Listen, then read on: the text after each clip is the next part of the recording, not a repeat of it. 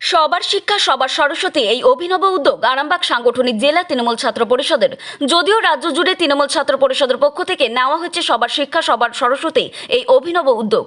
সবার শিক্ষা সবার সরস্বতী এই ভাবনায় 2024-এ পশ্চিমবঙ্গ তৃণমূল ছাত্র পরিষদের পক্ষ থেকে যে উদ্যোগ নেওয়া হয়েছিল তারই অঙ্গ হিসেবে আরামবাগ সাংগঠনিক জেলা তৃণমূল ছাত্র পরিষদের পক্ষ থেকে এই অভিনব চিন্তাভাবনা রূপায়ণ হয়ে গেল, যেখানে হুগলি জেলার সমস্ত বিশ্ববিদ্যালয় কলেজ সকলেই অংশগ্রহণ করে।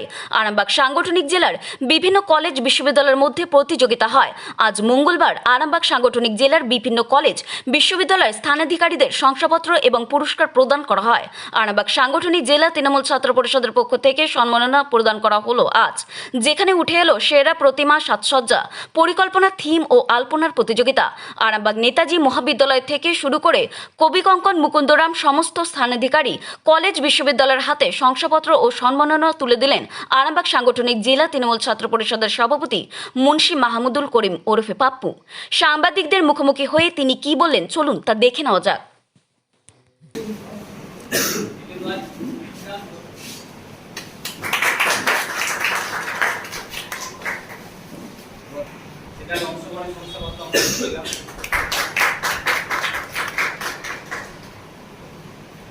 এবার আমরা যেটা করবো, জেলা স্তরীয় বাগদেবী সম্মান 2024 সবার শিক্ষা সবার সরস্বতী, মানে এটা আরামবাগ সাংগঠনিক এলাকা শুধু নয়, গোটা পশ্চিমবঙ্গে একটা নতুন উদ্যোগ।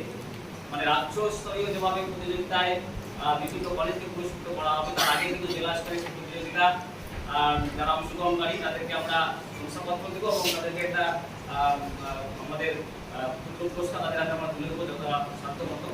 তো আমি প্রথমে আরামবাগ সাংগঠনিক জেলার অন্তর্গত তারকেশ্বর ডিগ্রি কলেজ আমাদের এই সরস্বতী পূজা উপলক্ষে তারা সেরা আলপনায় প্রথম হয়েছে, তাদেরকে আমরা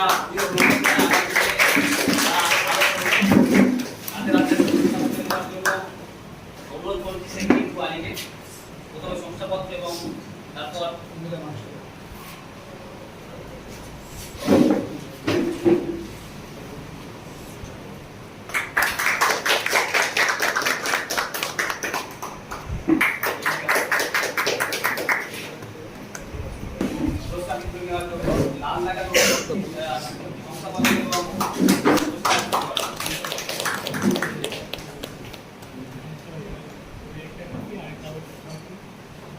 এরপর জেলা স্তরীয় বাগদেবী সম্মান 2024-এ প্রথম বছরের সেরা প্রতিমায় প্রথম স্থান অধিকার করেছে কামারপুকুর শ্রীরামকৃষ্ণ সারদা বিদ্যা মহাপীঠ। তাদেরকে আমি অভিনন্দন জানাই। আমি এটা এই পুরস্কারটা তুলে দেওয়ার জন্য আমি অনুরোধ করছি, অনুরোধ করছি।